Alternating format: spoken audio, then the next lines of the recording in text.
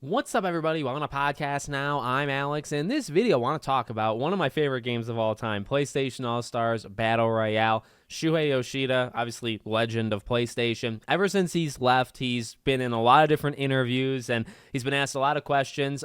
Some very, very good questions, and you get to see some pretty interesting insight. Some questions are getting highly repetitive, and we're not really learning anything new. But this one very brave French outlet, PlayStation Inside, they did ask him about AllStars, and they actually asked him more than what he answered. They asked if he thinks that it could survive or could be like a viable thing. Now he completely skips that part, in the answer. So I very much applaud them for trying. And by the way, let me answer that for them. It should work now. I really, really hope one day we can get a PlayStation All-Stars Battle Royale 2 or something like it.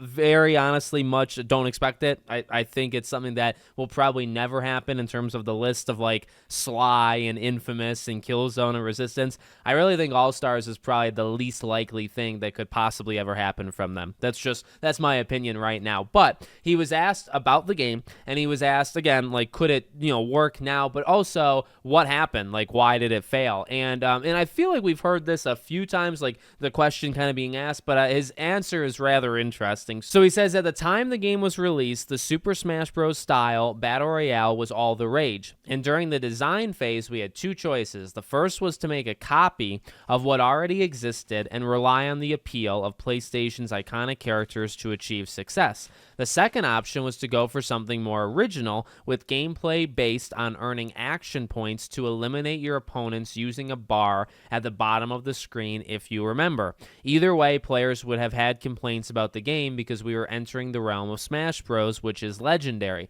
In short, it was difficult for us to make a game that stood out enough from Smash Bros. To avoid being accused of being a copycat while still staying within the formula that appealed to the audience. We didn't quite manage to strike the balance. So it's not even a like pinpoint answer. It's not the game sold 10,000 units below what we wanted. It's more of like a theme type kind of answer, right? Like something you have to kind of wrap your mind around. Let me first just reintroduce the idea of trying this again in 2025. No. Okay, here's the real thing though. The industry is full of copycats, and this is what I just don't get about his answer. Now, he's a freaking legend, right? I highly respect the guy. I think he's freaking awesome. I've listened to him even back in the times of like Podcast Beyond when it was a big deal to bring him on. He's an insanely important, figure in PlayStation's history.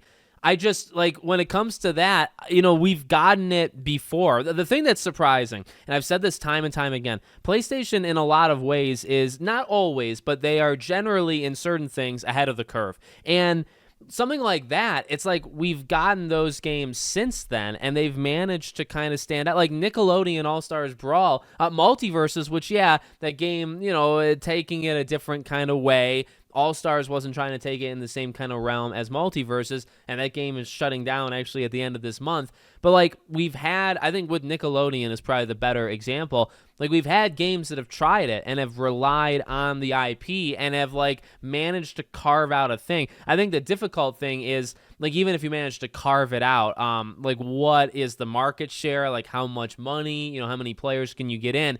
And is it worth it? I think for something of like a lower budget, smaller team, smaller publisher with Nickelodeon All-Stars, like that's more manageable. With PlayStation, you probably want something much more gigantic, which is kind of the issue with everything. I talk about Sly Cooper. Like if they were okay selling games that could make them 700,000 units, we'd have 50 Sly games, but they're not okay with that anymore, right? So it's like that I really think is what's held them back. But just like the copycat thing, I do, like, I get it, and I do remember, like, I wasn't on YouTube, but I remember, like, being around, and I remember there were so many freaking complaints about All-Stars. Personally, I love the gameplay. I really, like, I think they made the right choice, and because the thing is, well, ironically, as he says, they actually kind of lose like either way, right? Because they made enough gameplay decisions that separate it, where it's like, okay, this, kind of building up that bar, and then I think it was R2 or something to trigger it, and then you're not guaranteed to hit, right? But it was like a super move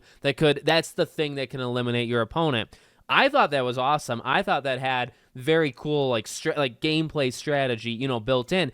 And it was also still close enough of Smash that you would call it like a Smash clone. Now, I didn't care that it was a Smash clone, and I actually liked the way that they went. Now, ironically, what you see, at least online, and I mean, yeah, it's a bubble, right? It's people with a certain opinion, and sometimes you have to break free. But, oftentimes when I look around with this game, I see people that say they should have doubled down on the clone part. That's the most, not even controversial, but that's the thing that I see the most often.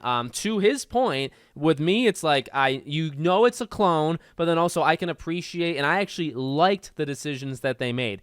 Most people that I have seen online were not so much of a fan of the decisions they made, also knew it was a clone, and wanted them to double down on it being a clone. He literally says it, like, being a clone and just, like, trying to, like, carry or have the icons carry it, right? Have PlayStation icons do the heavy lifting. That's kind of what I think people expected. And I think if you made this game now, I really think that's also what people would expect, right? Third-party support, third-party characters, which they also did. Isaac Clarke and other characters, right? You have third-party support from characters that you don't really get in Smash. That would be the strategy. And then you just have your roster. And your roster has changed. And I think, like, I feel like you'd really want to try to get, like, Crash and Spyro. And there were some rumors of that even back then. But, like, you could do it. I truly believe you could do it. Maybe I'll do a video one day on, like, the things that they should do if they ever were to bring it back. But I get it. I understand it to a degree, but at the same time, it's funny to me because it's like, yeah,